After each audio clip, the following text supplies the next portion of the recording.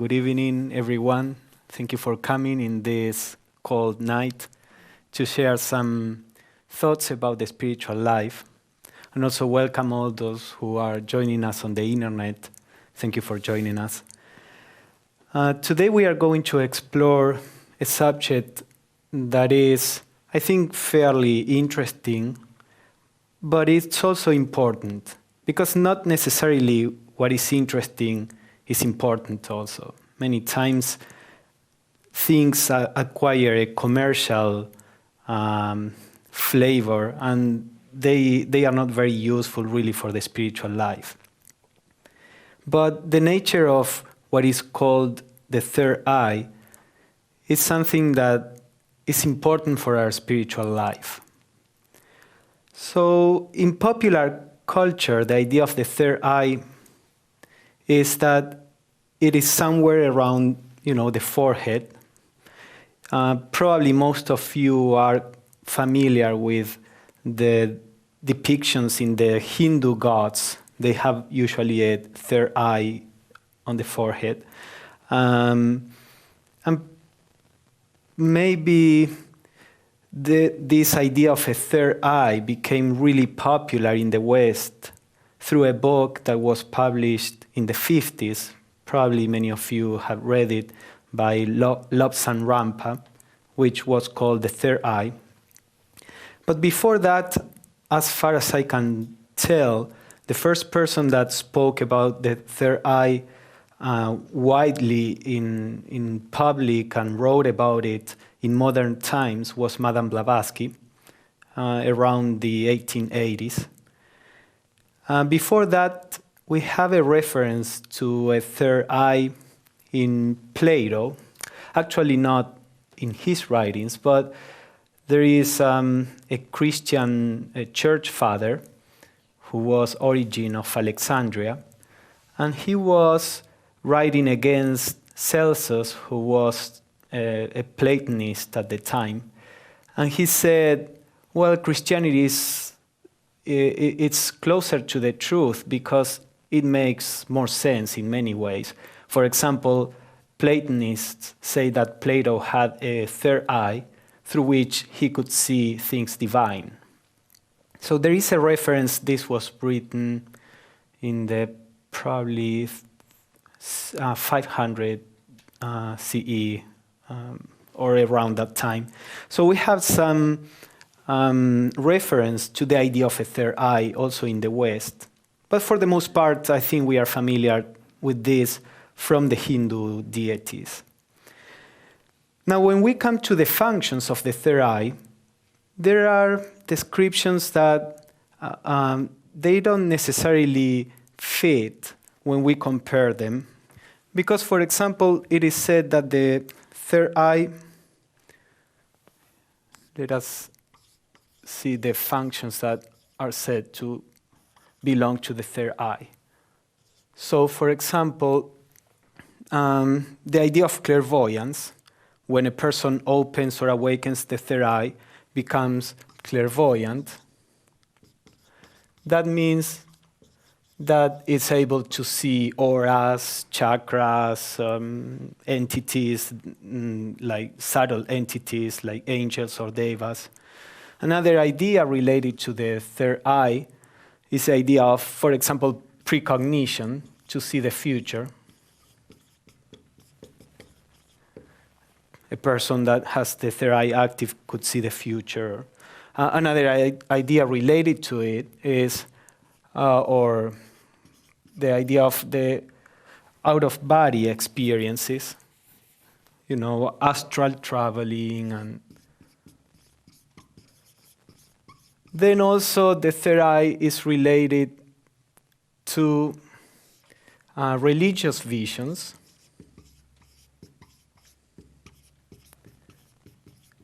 Then also to wisdom, to enlightenment. So all these things may seem similar to a person.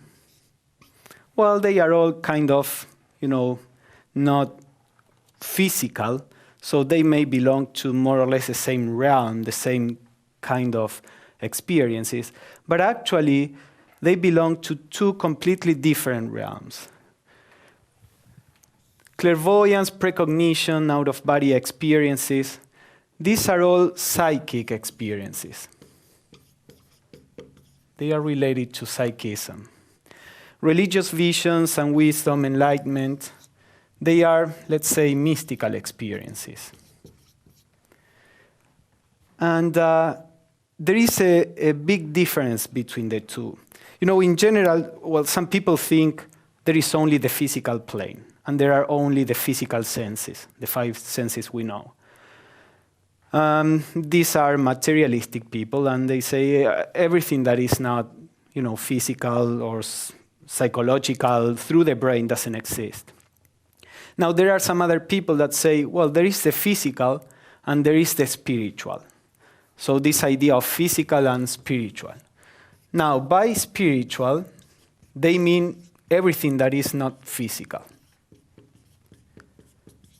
And some movements are based on that very basic distinction, physical and spiritual. If it is not physical, it's assumed to be spiritual. In the Theosophical literature, there is a classification that is more detailed, and I will provide a simpler form, which is enough for our purposes tonight. But in between the physical and the spiritual, there is, as I was saying, the psychic. Both the physical and the psychic belong to the personal level. That means, you know, we have the physical senses. We are able to see through our eyes. There is also a psychic seeing, where we can see things that are not physical. Or we can hear physical sounds. There is also a psychic hearing, that the person hears astral bells or whatever they call them, sounds that are not really physical. And like that, many other things. We can move physically, or we can move on the astral plane with these out-of-body experiences. So the psychic is really an extension of the physical senses. It's neither good or bad. The thing is that the psychic will not bring you necessarily wisdom, peace, happiness. You are enlarging your world, and you can be happier or more miserable with a wider world. What really brings happiness, peace, wisdom is the development of our spiritual aspect. The spiritual aspect is the source of all these things that we are really looking for. You know, harmony, peace, joy, compassion, wisdom. It is by developing our spiritual nature that we can really change our life, our experience of life. So these psychic manifestations, as I said, belong to a more personal aspect of ourselves. And the mystical manifestations belong to the spiritual aspect. So why is it that all these different experiences are related to the third eye? Well, the answer is that there are two different realities or centers, or call it what you will. There are two different centers that are called the third eye. They are completely different, and most people are not aware of this. That's why there is so much confusion about or as to what the third eye produces when it is open in a person. So in Hinduism, for example, the idea of the third eye is connected with what is called the Ajna chakra. You have the idea of chakras in Hinduism, which are subtle centers of energy, and there are 7 of them, and the 6th chakra is in the position of the forehead. So this is also known as the brow chakra. This chakra, when you see the description in Hindu literature, is related to clairvoyance and precognition to all the psychic function of our consciousness. So when the third eye is being related to the Ajna chakra, which is on the forehead, then we have these psychic manifestations. In Hinduism, it was not called third eye because this is not an eye. Probably it's related, or the word third eye was associated with the Ajna chakra because of the position, and also because it produces astral seeing, this clairvoyance. But it's not really an eye. And in Hinduism, I don't think in the past, they used to call it third eye. I never found the phrase third eye in the ancient text. They call it the eye of Shiva. Shiva is one of their deities. So, or they have other Sanskrit names, but they don't mean third eye. So I think that was more of a Western association of the concept of the third eye with the Ajna chakra. Now in Theosophy, the third eye, as I was saying, is something different. Blavatsky says that in the past, far in the past, when the evolution of humanity began, it was a real eye. So that is why it is called the third eye. You know, the idea is that the Earth evolves. In science, we know that at the beginning of the evolution of the Earth, it was not really dense or physical. It is more gaseous and liquid.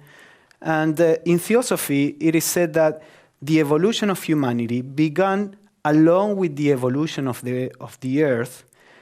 But of course, human beings were not physical at the time. They couldn't live in an Earth that wasn't solid. So human beings were like probably the stage that is similar to a fetus. They were on Earth, but their consciousness was still very primitive, and they didn't have really a physical structure. It was more of an ethereal structure. At that time, both human beings and animals also, the whole evolution goes along with the planet. So animals and human beings, it is said that had only one eye, and that eye was actually on the back of the head. This may seem odd, but if you see in the brain, what the center for the visual perception is at the back of the head, the occipital part of the brain. So the idea is that there was an eye there when we are not still physical. Now, as humanity became more and more physical, began to develop the two frontal eyes, and what was a third eye began to shrink and retreat to the center of the skull. Now, as this happened, of course, the body became more dense, so that eye lost the physical function, but still retained a spiritual function, because this eye at the beginning of the evolution was both a physical eye and a spiritual eye. So as humanity became more and more physical, the third eye loses the physical function, but retains the spiritual function. And then as humanity evolved and became physical, became more in touch with the animal instincts, became more sensual and passional, then little by little, that spiritual eye began to enter into dormancy and became what today is the pineal gland. So according to Blavatsky, the pineal gland was actually an eye, and today it is a gland. Now this is supported by science to some aspects of this theory, because the pineal gland was discovered to have a retina, just like our eyes. It has visual pigments, and it is kind of active in some animals, in fish, in some lizards. So science says, yeah, this was a functional eye at some point, but right now it's not functional, of course. So the idea that the pineal gland was an eye at a certain point in evolution is accepted by science today. So in Theosophy, we connect the idea of the third eye with the pineal gland.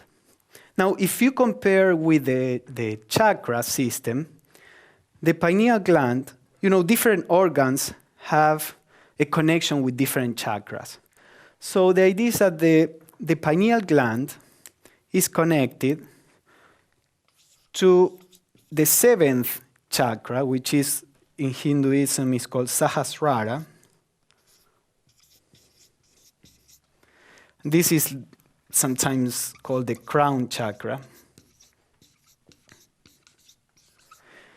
And when you see the description of the crown chakra, the activity of the crown chakra is related to this mystical aspect. It's related to wisdom, enlightenment, to religious experiences. So this fits perfectly well in how Theosophy describes the function of the pineal gland, because in Theosophy, the pineal gland is not related to clairvoyance, it's related to spiritual intuition, to wisdom. And Blavatsky said that what was related to the Ajna chakra is another gland that is closely associated with the pineal, which is the pituitary gland. The pituitary gland is related to the Ajna chakra, and the pineal gland is related to the Sahasrara chakra. So we have these two glands. The pituitary gland has to do with the psychic development. The pineal gland has to do with the more spiritual or mystical development. The two of them work very closely, not so much physiologically, but on a more esoteric plane. I will explain that. But the two of them work very closely. So let us see now how we can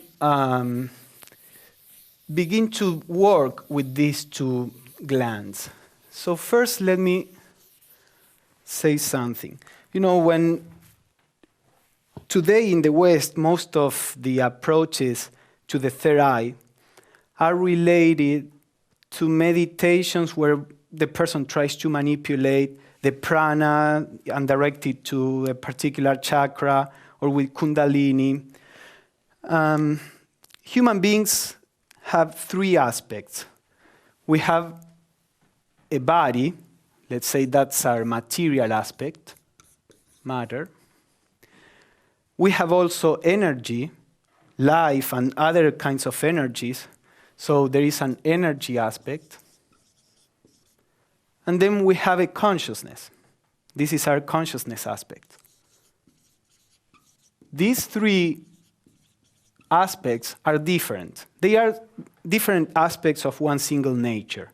But on our body, they act in connection but separate. So some people may think consciousness and energy are the same. They are actually two different manifestations of a same unitive principle. So, for example, there are some techniques to awaken these glands that are related to the physical body. This is, for example, the techniques in Hatha Yoga.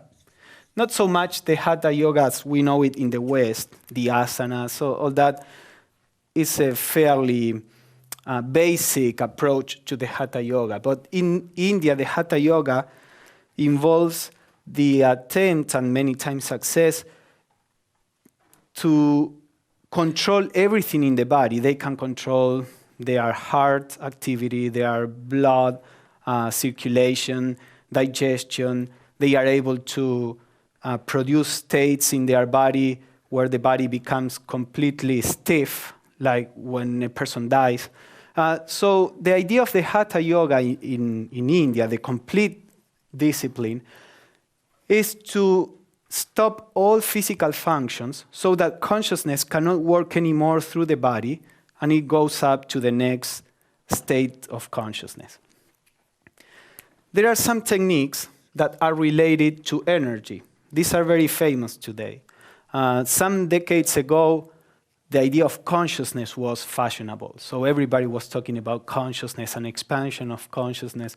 Then the idea of energy became more and more prevalent. And today there is a lot of activity at the level of energy and trying to manipulate the different energies we have. This has to do with the chakras and kundalini and pranayama. Pranayama is the stopping of the breathing. And then we have consciousness. We can awaken the third eye by raising our consciousness to spiritual states. So this has to do with, now, you cannot do this with specific techniques. Some techniques will help, but it requires a much more integral part or attitude in life, and we are going to deal with this. Now, Theosophy says that the safest way to develop anything in ourselves is by working at the level of consciousness. Now, this is also proposed by Raja Yoga. There are these three different schools in the world. You have the schools that are related to the Hatha Yoga methods. They work at the level of the matter and the physical. Also some energy. You have the Tantric approach. They work a lot with energy, and some with consciousness. Or you have the Raja Yoga approach that they work mainly at the level of consciousness. Or the Vedanta, which is a Jnana Yoga approach, is also mainly at the level of consciousness. Theosophy belongs to that group. Because the idea is that you can awaken any center in your body through these three methods. But consciousness will tell you or will determine where you are going to be aware. So, for example, the pituitary gland is like a door. It's a door that opens the realities of the astral plane. Now, the astral plane has different levels. The lowest level is what we usually call hell. And it's a very dense level with the soul of peoples who were, very aggressive. And it's a level that nobody wants to go to. In all the myths, when it is said, for example, that Jesus went to hell and then he came back, or any initiate has to go to hell and then come back, because to be an initiate, they have to know all the planes in the universe. Now, normal people, they never go to those lower levels because they are really bad levels. They are with a lot of suffering. So you have that on the lower end, or you have on the highest end of the astral plane, you have things that are very close to what we regard as heaven. Though heaven is on a plane that is above that. But the point is that there is a whole different, the astral plane is like a world, a whole world. In the physical world, you have places that are very harmonious and you have places that are terrible. So the same on the astral plane. Now, if you open, the Ajna chakra, you will have access to the astral plane. Now, to what level? That will depend on the quality of your astral nature. The astral nature is related to emotions, is related to your degree of spirituality in the sense of love and compassion and selfishness. So in Theosophy, as in some other traditions, the idea is the advice is don't try to open these doors by forcing them through energy or through physical means, because you may not be ready to go to the places that are good, so to say. This happens also with drugs. Some drugs, what they do, they disrupt the work of the pituitary and the pineal, and they open the doors. But some people have terrible experiences because, as I was saying, they go to lower levels of the astral plane. So the idea is, yes, you can force the opening of these things by manipulating your energy or by a certain physical discipline, but that is kind of dangerous. But if you work at the level of your consciousness, then when the doors are open, you will be connecting with the higher realms of these planes. So in Theosophy, when you see the techniques that are proposed and the way of life, they all point out to work on the expansion and raising of your consciousness. So that's what we are going to explore next. So let us see. We have seen the connection between the physical aspect of what we call the third eye, which is a pineal gland. Then there is a subtler aspect of the third eye that is the crown chakra. But it also has a correspondence or a connection with states of consciousness. So in Theosophy, we talk about 7 different principles of consciousness. Now I will focus only on 3, which are related to what we are talking about. There is one that is called buddhi. This is a Sanskrit word. The root is bud, and it means illumination or wisdom. And the word Buddha comes from the same root. And this principle is the source of spiritual intuition. Intuition in the sense of not as a precognition. The word intuition means a knowledge that is acquired in a direct way, not through reasoning or through your senses, in a spiritual way. So spiritual intuition, or we can call it spiritual wisdom. Then there is another principle in Sanskrit manas, which is what we could call the spiritual mind. This is a lower principle, if you compare it with the spiritual wisdom, but it's the one that will receive the wisdom.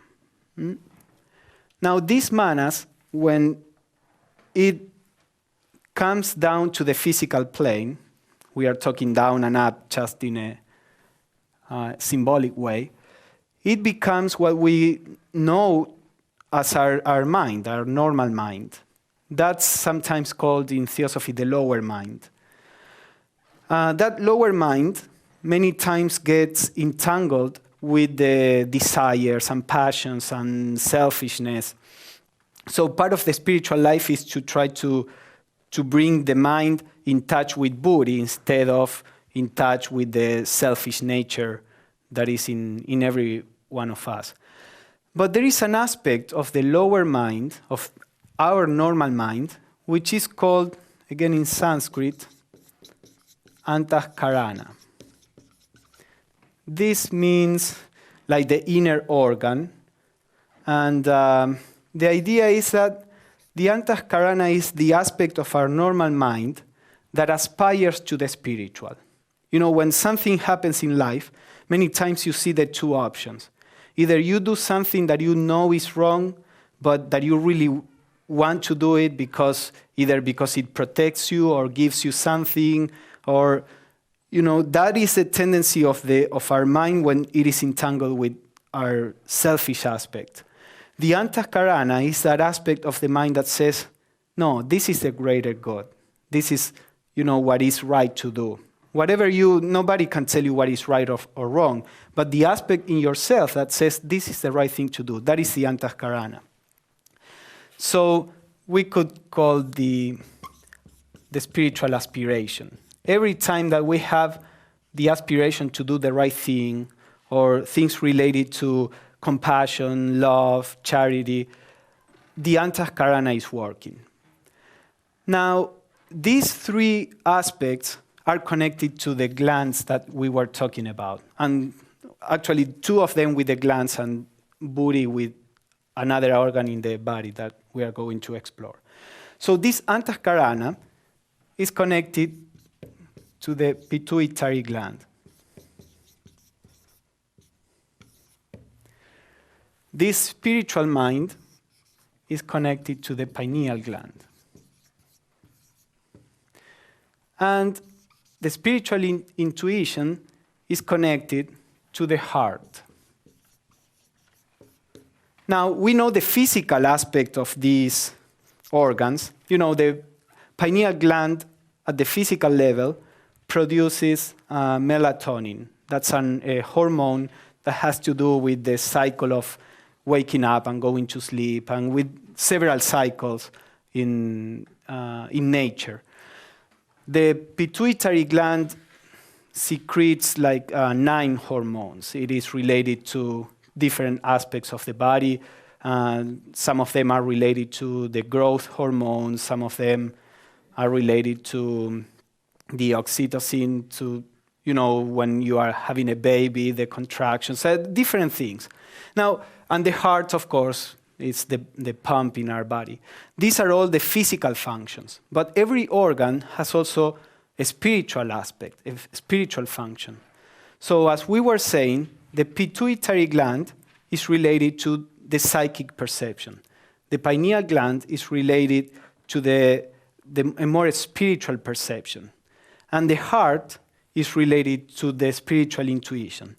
Now, in a normal person, the pineal gland is only related to the mental consciousness. Every time that we think, the aura of the pineal gland is vibrating.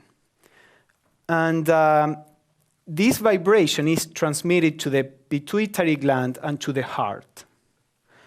Now, the heart is the vehicle for the spiritual intuition, but it is silent in our body because it's not part of our mental consciousness. So we all have this spiritual intuition potentially, but we are not aware of it. Therefore, for us, it's like if it doesn't exist. We are all wise people, but we are not aware of that aspect. We are aware of our fears, our ambition, our desires. We are not aware of the wisdom in ourselves. The way that we can become aware of that and eventually get enlightenment is when the heart and the pineal gland connect. Then the pineal gland will bring this spiritual intuition into the realm of the mental awareness. So the spiritual practice is that we need for this is something that connects what we call buddhi with manas, that will connect the heart with the pineal gland. Now, these organs will be fully awakened only through the awakening of Kundalini. I don't want to go too much into this because, you know, in the Theosophical view, the evolution of humanity takes millions and millions of years, just like the planet. And the awakening of Kundalini will happen naturally in most of humanity several millions of years in the future. Right now, the idea, again, trying to, from the Theosophical point of view, and I emphasize the Theosophical point of view because there are other traditions that say different, and we respect that. But from our point of view, and some other traditions also support that, trying to awaken Kundalini right now is something that, for the most part, produces more problems than not. So these organs will become fully awakened only when Kundalini is awakened, but that will happen naturally as we develop the consciousness aspect of our nature. So the idea is, if we work on expanding our consciousness and trying to put in touch our mind with the spiritual in us, then Kundalini will rise at its own time by itself with no dangers. So I want to talk about a few techniques that will help at the level of consciousness, not at the level of energy, will help to expand our consciousness. So, for example, the heart was always very important in all traditions, spiritual traditions. You have a meditation in the heart almost in every tradition. You know, in Hinduism, there is a meditation where the Purusha, which is a spirit, is in the heart. In Tibetan Buddhism, you have the whole deity yoga where you visualize different deities in the heart. Even in Christianity, especially in Orthodox Christianity, you have what they call the Jesus prayer, which is a prayer where you focus your awareness on the heart. So in Theosophy, there are also some teachings regarding the meditation in the heart. And I say in the heart because the idea is, Blavatsky says, usually the pineal gland vibrates and affects the heart. But the heart is the vehicle for the spiritual awareness. So we have to reverse that. The heart has to become active and the pineal gland has to become receptive. When that happens, then our mental awareness becomes open to the spiritual awareness. So the idea is, well, if you identify yourself with any part of your body, probably most of us will say we are in our heads, we are the thinker. Now that is where our awareness is fixed today. The meditation in the heart tries to switch that awareness to the heart so that we begin to produce this shift. Now, to do that, we have to do it in a particular way. The idea with the meditation in the heart is that the mind has to become more and more quiet so that it can become receptive to the spiritual intuition. One way to stimulate the pituitary gland in a safe way is through visualization. Every time that we visualize something, the spiritual function of the pituitary gland activates. So that's why the meditation in the heart is usually accompanied by a lot of visualization. If you see in Tibetan Buddhism, for example, they have very complex visualizations of deities with a lot of details and things in their hands and sitting on different things. Because the idea is to stimulate the pituitary gland. Blavatsky says that as the pituitary gland begins to vibrate, it awakens the pineal gland. Now, the pituitary and the pineal are all in the brain. So there are like two different directions that tend to awaken the pineal gland. The pituitary gland awakens the pineal at the level of the mental awareness. But the heart awakens the pineal to the spiritual awareness. So the idea is that in this meditation, you are trying to stimulate the spiritual aspect of the pituitary gland through a visualization, and also the spiritual intuition that comes from the heart. So going to the technique, the idea is try to position your awareness at the level of the heart. Now here, there is a warning, because when we talk about heart, we are not talking about the physical heart. The physical heart has the function of being a pump.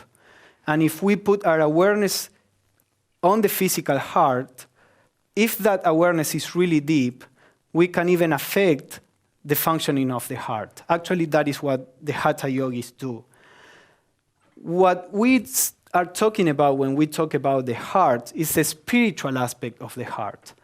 And it is said that that the aura of the heart is a little outside the physical body. So when you do this visualization, you don't have to do it inside the physical organ, but try to visualize that there is a center here, just outside the body at the level of the heart, and that you are like watching your room or perceiving from the heart. This in itself is quite difficult. Most people will need months of practice until they feel comfortable and they feel that they are at that level. Because our tendency, we are so fixed on our mental awareness that we tend to imagine the heart down there as if we are watching from our head. So the idea is to first try to practice so that you feel that your awareness is at the level of the heart, in the center of your chest. You can do that by maybe imagining that your body, is higher, your head is higher above you, so that you have this sensation that you are at the level of your chest, or in whatever way you can. But this is a first step, trying to center your awareness in your heart.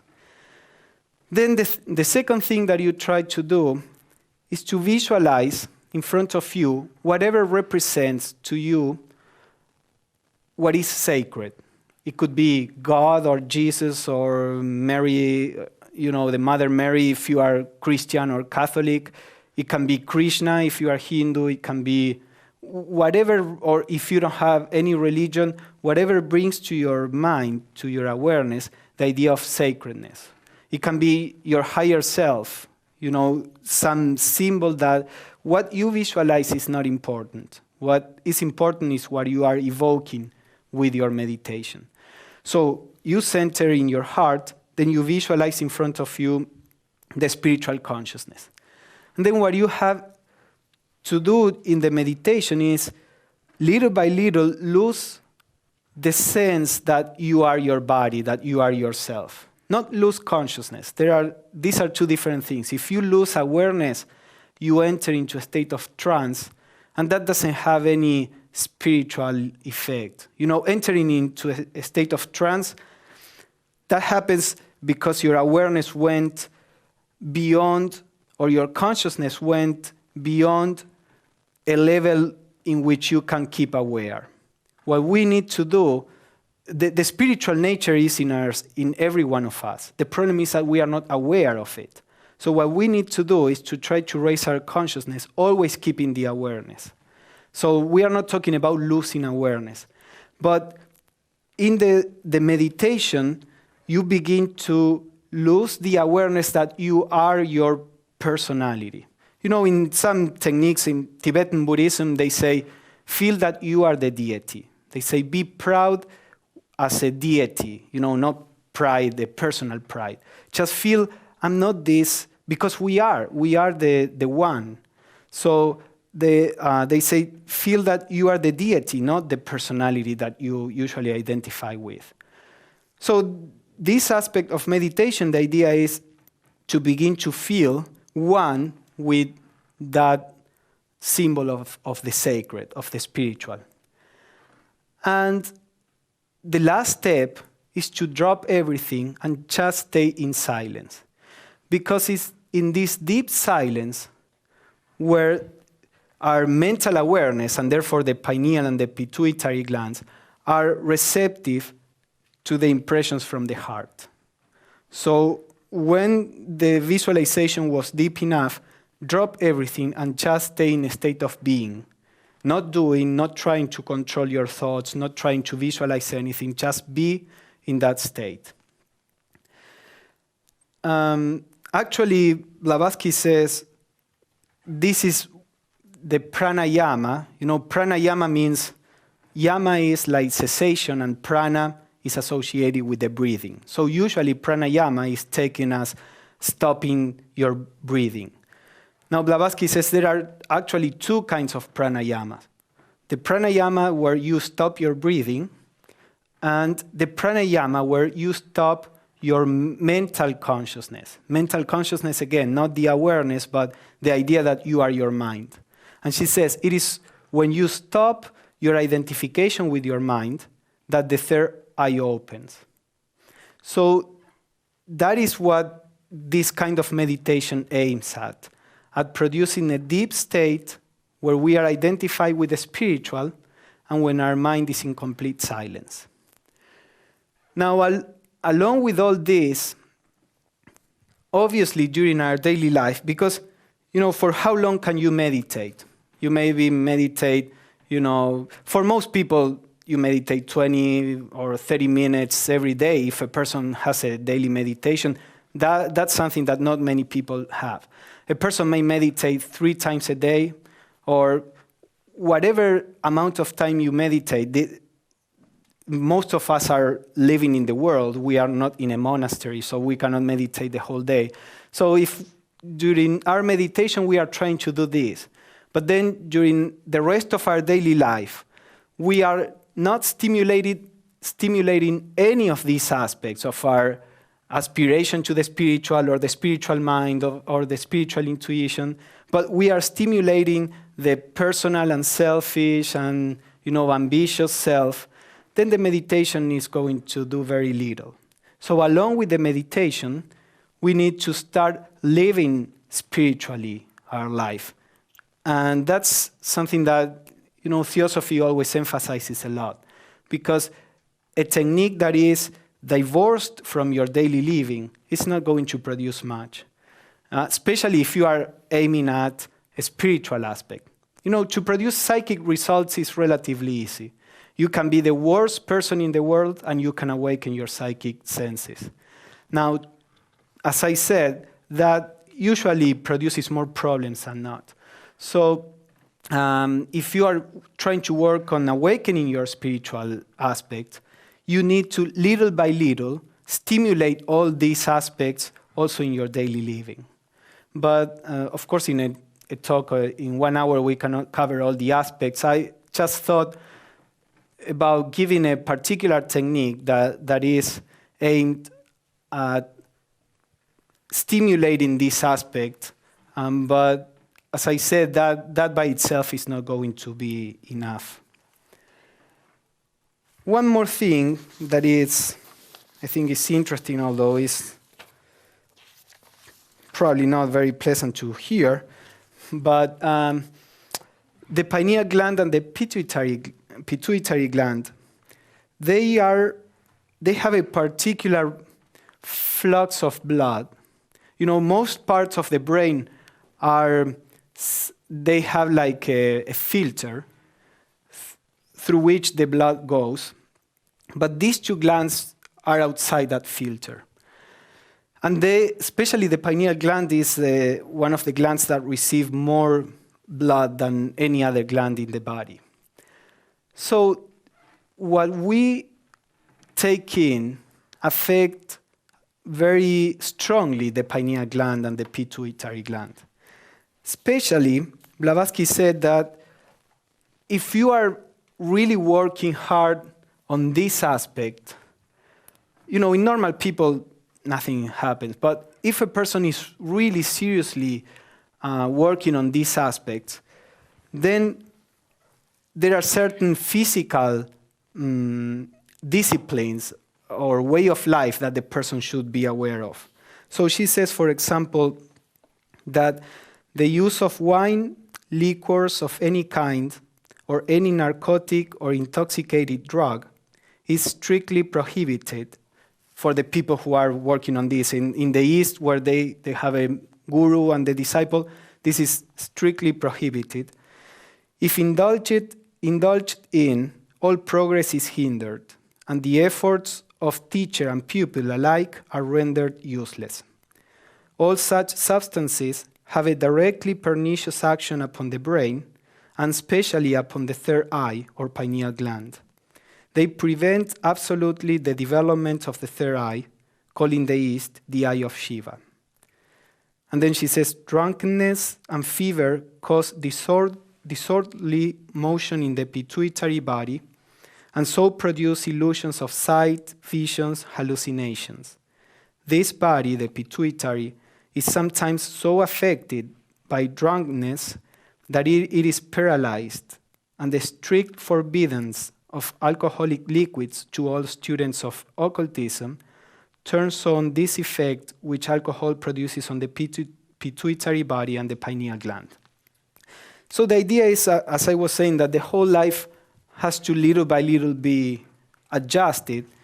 Usually a small amount of alcohol is not going to affect much, but if a person is really meditating and really trying to follow a spiritual life that is going to stimulate these aspects, what is always recommended is not to use any of these substances because they will go against what this person is trying to do, and sometimes it may even produce some problems. Most people have the pineal gland calcified. This is something in science they know. They say in most people when they are 50, it is completely calcified. And now later on there were researches that this research was here in the US, so I don't know in other parts of the world, but it's probably the same. But that kids as young as 13 years old had already calcified the pineal gland. And that calcification, which the doctors say this is because of the fluorine in our water and this and that, but Blavatsky talked about that much before, 120 years ago, and she said that is because the pineal gland is not being used spiritually speaking, so these deposits of calcium happen just because it is inactive. So in most people, probably their pineal glands are not even really, sensitive or too sensitive to wine or to drugs. But in spiritual people, I'm sure the glands are much more sensitive to these things. So, it's something to keep in mind. Nothing is good when we do it with violence, like right away, but gradually we should try to be aware of the direction we want to go and direct willingly, to that direction. So this is more or less what I wanted to share. Now we can open to comments or questions about this, both here and on the internet. Ed has some. You mentioned that you have to incorporate something within your whole life. And wouldn't you say that's the service aspect of life that would keep those three things going? Yeah, service is one aspect. For example, service, I think, affects a lot the antahkarana, that aspiration to do good for people, not only for ourselves. A genuine act of service can be anything. We are walking, we see something on the floor, and many times we say, I'm not going to stop and pick it up, I better keep walking. But if we just do it because then we are protecting the environment for everybody, that is an act of service. I'm not saying that you are a saint because you do that. My point is that every little thing that we do for the greater good, no matter how small it seems, is part of functioning in this state of consciousness, in the state of consciousness of aspiration for the good. When we are concerned about ourselves and only ourselves, we are working on a lower level, which in Theosophy is called kama manas. That's the selfish mind. So as long as we work in these kama manas, all these aspects remain dormant. We have to start shifting our awareness from the selfish mind to this aspiration. Then the spiritual mind is also stimulated by the spiritual aspiration. And for example, a serious study of spirituality, of life from a spiritual point of view greatly stimulates the spiritual mind. And the spiritual intuition is also stimulated by that and by anything that is related to love, to compassion.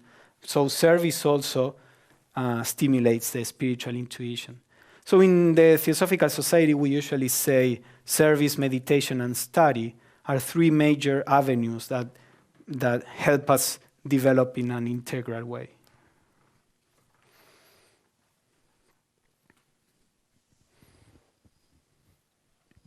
So are you saying that the heart, when it's stimulated with love, also then affects the pineal gland? Mm-hmm. But then I thought I also heard you say that the pineal gland can affect the heart too. Mm-hmm. So how does the other way work with the pineal affecting the heart? Yeah, the normal action of the pineal gland, the aura, Blavatsky says, the vibration of the aura of the pineal gland, always awakens a response at the level of the heart. So when the pineal gland is left by itself, it is the organ of mental awareness, not necessarily spiritual, mental awareness. This was even proposed by Descartes. Descartes was a French philosopher, and he said the pineal gland is the seat of the soul, is the connection between the immaterial soul and the physical body. So there was a suspicion in the past of the central role of the pineal gland. Now, the thing is that when the pineal gland is active, it's like, there is a wise person whispering something, but we are talking very loud, so we never hear what the person says. And the person will keep quiet. If we don't listen, then the person will keep quiet. So the heart is always trying to whisper what is right, but our mental awareness is so active that is, shutting off what comes from the heart. So that is why the idea is, as we silence our mind, then we are making because I don't want to introduce too many elements, but every one of these organs vibrate in 7 different, or can vibrate in 7 different rates. The lower ones are related to a personal activity, and the higher ones are related to a spiritual activity. So it is only when we are trying to lead the spiritual life that the pineal gland is a vehicle of the spiritual mind. Otherwise, it's a vehicle of mind, of mental awareness in general. So as we silence our normal mind, what happens is that the pineal gland gets receptive to the heart, and the vibrations of the heart awaken, like, in music, that you can sound certain notes and that will awaken other notes that are in tune with it. So the vibration of the heart will awaken the higher aspect of, or the higher vibration of the pineal gland. Then it becomes a spiritual mind. So I would say that the main effect is that we shut off the spiritual intuition that comes through the heart. First there and then you. Thanks. I guess my question is, once you've achieved this point, what's it used for? Is it an accolade, like a milestone of your achievement, or can you use the insights for something else? Mm-hmm. Well, two things about the question, which is the first question that probably most of us ask. I know that I always ask that kind of question. Now, that question belongs to our normal mind, which in Theosophy is called the lower mind, because, you say, okay, why would I bother? What is there what can I gain? And that is how this mind works in every one of us.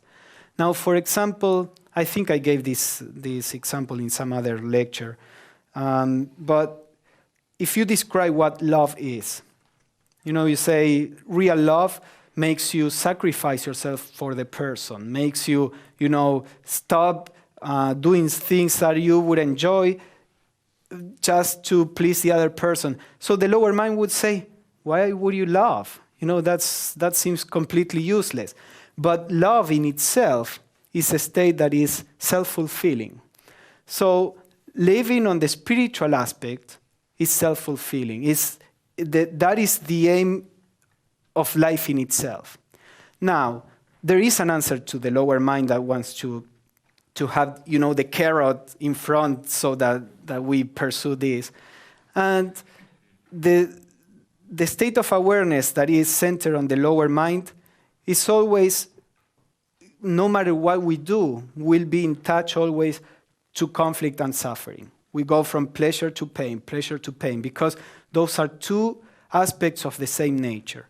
It is only when we rise up above this pleasure and pain state of consciousness that we can experience what some people call bliss, or whatever you want to call it.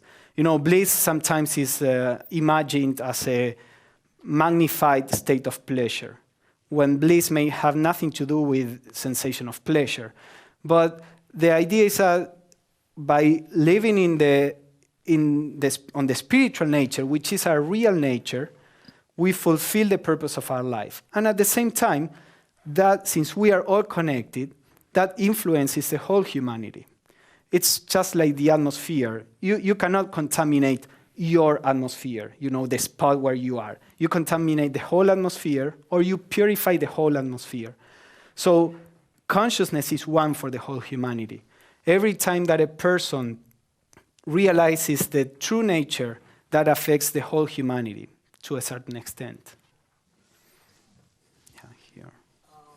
Wait a second for the mic. So that You may have already touched on this, but I'm wondering about the third eye that you started out with talking about. I'm wondering what the practical. You just spoke of some of the practical applications of the awakening the pineal gland, but what about awakening the third eye? You mean like the pituitary gland? No, the third eye in the the third eye that is not a third eye, that is not an eye. Right. Yeah, that third eye, the Anya chakra is connected, as I said, with the pituitary gland. We all, or at least every educated, cultured person, is awakened on the astral plane. In case you are not familiar with this concept, we have the physical plane, which is the reality we are all aware of through our physical senses. Now, there are also higher dimensions of reality. Again, don't think of this as one on top of the other, they are interpenetrate. But the one that is immediately above us is the astral, it's sometimes called the astral plane. And when we go to sleep, we lose awareness on the physical plane, and then we become aware on the astral plane. Many people are aware, on the astral plane they are like in a bubble. They are aware of life on the astral plane, but not of the environment. That is also true for many people on the physical plane. Many people, they seem to be aware to the environment, but they are only aware to their needs, what they want, and they can hurt somebody, to pursue what they want. And they are just vaguely aware that there is something out there that claims to be alive, but they are not so alive as I am. And so therefore I have to, more right to fulfill my desires than the other person to fulfill his. So on the astral plane, many people are in this state of self-centeredness also, not necessarily aware of the world, the astral world in itself. But many other people are aware, of the astral plane. Again, the lower aspects of the astral plane are very undesirable, and most people are not even aware of those. Nightmares many times come from those levels. And now, we don't need anything. We are already aware on the astral plane, but we don't remember it because there is no connection so far between our waking consciousness and the consciousness the astral consciousness that we experience when we go to sleep. To make that connection, there are several things required. One of them is that the pituitary gland is active. So what the pituitary gland does is to open the door to the astral plane. So brings the awareness of the astral plane to the brain consciousness, to the waking state. So a person that activates the pituitary gland becomes clairvoyant. That means is aware of the aura, which is on the astral plane, or the aspect of the aura that is on the astral plane, because the aura also involves higher planes. It's aware of the chakras that are on the etheric. The etheric plane is like a subtler aspect of the physical, and also there are some chakras on the astral plane. So basically what the pituitary gland does is to open the door to the astral plane. And that's why, you become a clairvoyant or clairaudient. Now, how useful that is, it all will depend on your maturity.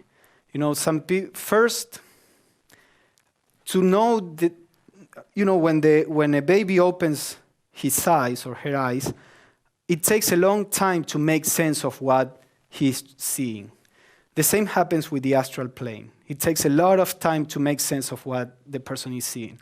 We have here in the TS many people coming with some problems because they open their eyes on the astral plane and they don't know what they are dealing with. Many times there are entities that are trying to take advantage of you, and it's opening up to a whole new world. You will attract, bad experiences if you are not pure. So that's why it's all the emphasis also on being pure. So you can, if you are a mature person and you develop psychic perceptions, you can help the world also. Because you can, some people help in the healing area, some other people help in some areas. Now, there are some people who are, the question always is, what are you doing right now with the powers you have? With your ability, your intelligence, your time, your money, whatever you have. What are you doing? Are you using that to help people in some way? Of course, we have to take care of ourselves also. But are you using that? Then, because some people are completely self-centered with the powers they already have, and they imagine that if they had higher powers, they would use it for the welfare of humanity. For the most part, no. They will use it in a selfish way, and that generates a lot of bad karma. So it all depends on your maturity. If you are already, helping people around, even if it is your family or at work, not necessarily a big thing, but if your attitude is of being helpful, then yeah, probably if you develop, psychic perceptions, you will tend to do the same with that. Now, that is not necessarily going to be of much benefit for you. As I said, usually it produces troubles. And you see many people who are psychic, many of them are unbalanced, or some others are not. It's not a rule. But opening up to a whole new world usually is another source of distraction. So in the Theosophical approach, we say, let these things happen whenever they happen naturally. Work on developing your spirituality. And when they open up, you will be mature, wise. The more you become sensitive to the astral realm, that means you become more sensitive to people's feelings and thoughts. You enter in a place, if there is sadness there, you become sad.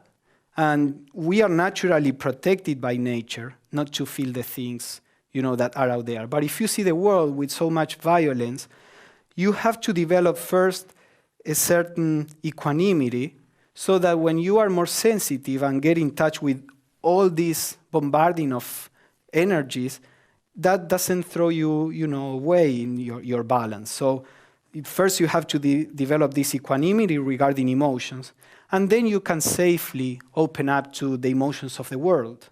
So it is much more trickier than most people think. They think, I can read minds or see auras. Yeah, that's the fun part, but the reality is much more complex than that. Still, there are some people that are mature and nothing, necessarily bad happens. But yeah, there was back there a question. Yeah, you.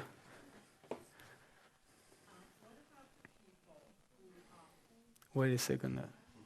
Hello? Yeah. Oh.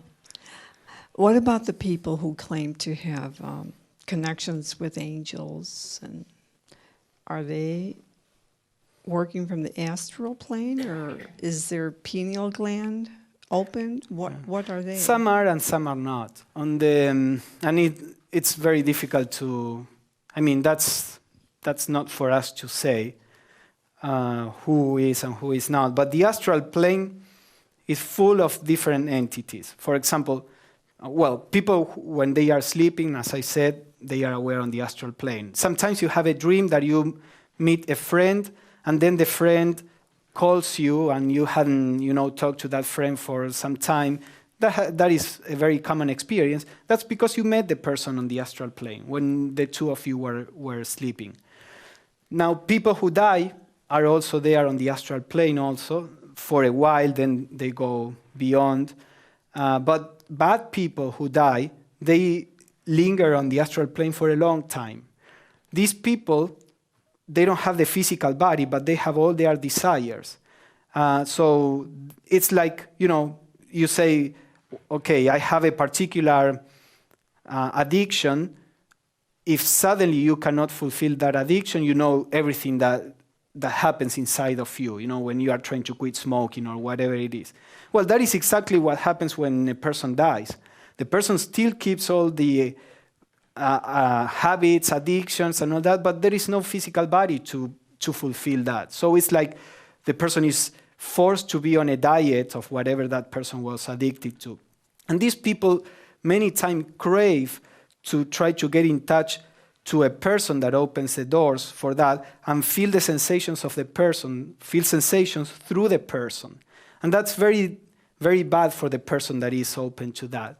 So a person that is in this state and sees that there is a person that has a mediumistic ability is not going to come and say, hey, I'm a dead person, I was very attached to the world, I was a bad person, I want to feel the world through you. He would say, I'm Jesus, you are the chosen one to give a message, or I'm angel, or whatever you have in your mind. Because on the astral plane, everything that you feel and think is right there, so they can see it. So they will say, if you believe in the masters, they will say, I'm a master. Now, sometimes they could be real entities, good entities. It all boils down to me to two things: purity and discernment. Purity will tend to reject the lower entities, and discernment will tell you if this entity is really unselfish. Because the typical is that they will try to flatter you, so you open the doors to them. And the person, great, somebody, from a different realm, as I said, most people think if it is not physical, it is spiritual. So if something spiritual comes to them, the person feels special, unique, and that life has a different meaning. And all that is many times the trap. So all that can happen in most of these people. Yeah, the pituitary gland at least is much more awakened than in normal people. But as we said, if the state of consciousness is not mature, then that will produce all these problems. So, the answer is sometimes yes, sometimes no. They are not the entities they claim to be. And that's for the person to determine. Well, because there is a woman who has written many, many books on angelic communication. Mm-hmm. And she claims that she speaks with Archangel Michael. Yeah. Many archangels. Yeah, there are thousands of people today that do that. And many times we have, as I said, frequently people coming saying, I'm in communication with, for some reason, Michael and Gabriel seems to be the most, keen to communicate. And we have several people coming and saying that they are in communication with these angels. And sometimes they are saying opposite things.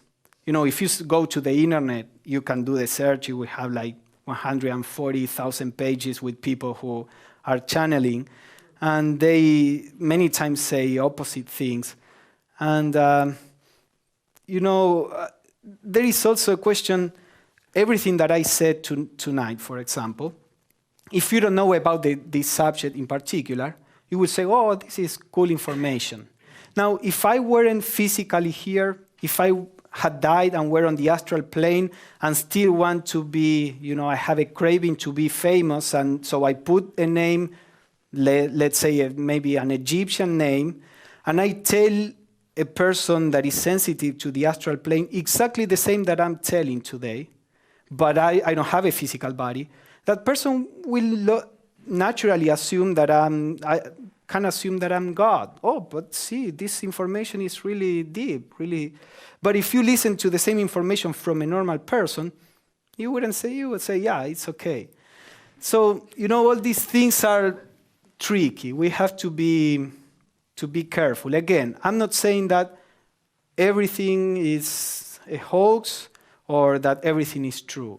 But the astral world is much more complex than most people think. And there is certainly room for all these different things. So again, read the information. If the information helps you spiritually, take it. It doesn't matter if it comes from an angel or from a person. If the information really gives you, inspiration or teachings to be more spiritual, well, who cares where it comes from?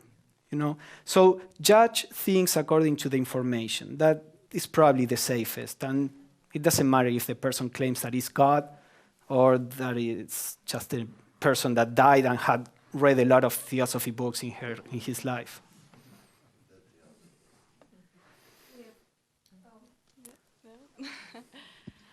Can you communicate with your higher self or your divine self? Mm-hmm. Is that Yeah. Actually, this spiritual intuition comes from our higher self. The higher self in Theosophy is these two principles: manas as the spiritual mind and buddhi, and above it, in the Theosophical classification, is Atman, which is like the universal self. This is what we really are, the one self. There is only one self in the universe that is experiencing the universe through all of us. So we are not really different. Now, that universal self experiences through different channels. Each one of us is one of those channels. So that channel is what we call the higher self. So all this practice we are talking about, the higher self is, as I said, with the astral plane. The higher self is on these two planes higher than the astral, and the higher self is already there. The problem is that we are not aware of the higher self. So all these practices, what they are trying to do, is like we are fixed, we have our eyes fixed on a corner, and we are not seeing the whole. So we are fixed on that corner. What we have to do is to stop looking at there and look at the whole. We are fixed on our mind, emotions, and body. But this is not the whole of what we are. Actually, it's a very small fragment. So these practices try to make us look at the whole of what we are and realize what we call our higher self. So yes, all these techniques are helping in that direction. We have one question from the internet. It says, Pablo, you quoted HPB's views on the ways liquor and drugs interfere with one's spiritual development. Where can we read her comments on specific helps and hindrances to intentional spiritual growth? Where was your quote from? No, the quote was from the collected writings, the volume 12. The instructions when she was alive, because the Theosophical Society is open to any person, and they don't have to believe in anything in particular, and they don't have to be committed to any spiritual life. But there were some people that wanted to have a more active discipline. So Blavatsky formed what she called the Eastern section or esoteric section, where she gave teachings more geared towards spiritual practice. So these teachings were published later in the collected writings in the 12th volume, in the esoteric teachings. I think there were like 5 instructions that she gave, 5 little pamphlets, and this is the 5th one. If that is the question, that's the source. Mm-hmm. One here, and maybe we can. Yeah. I One think last question. I mean, I could stay, but we have to finish. Pablo, you mentioned alcohol in this previous question here is sort of what I was thinking. Medications, we're on medications now, antidepressants, blood pressure. Are there any connections to practices? And with the alcohol, a lot of that is intention. And when we take medications, the intention is different. Does that speak to... I think the intention matters a lot. but also the chemical matters. The chemical, whether even if our intention is good, the chemical will produce a certain physical effect.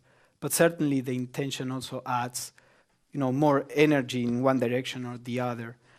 There are, some medications also, especially medications that affect our perception or the nervous system. They affect all these glands. But, in India, I lived in India for 2 years. And I heard once a comment from a spiritual person there that said, in the West, people believe too much in the need to take medicines even for life. And this person was saying, I don't think that's really necessary. So it's a cultural thing also. And I always wonder, how much medicine we really need or not. And I try to avoid it as much as possible, but sometimes we need medicine, and that's a fact. And if we need some medicine that may affect the pineal gland and the pituitary gland, that's fine. We have so much to do purifying our motivation, expanding our spiritual understanding of the world, that if we have to do it, just do it and work on spirituality in a more general way. We have a lot to do. But now, if it is something you can choose, and if you are really serious and say, this is really vital for me, then try to avoid it.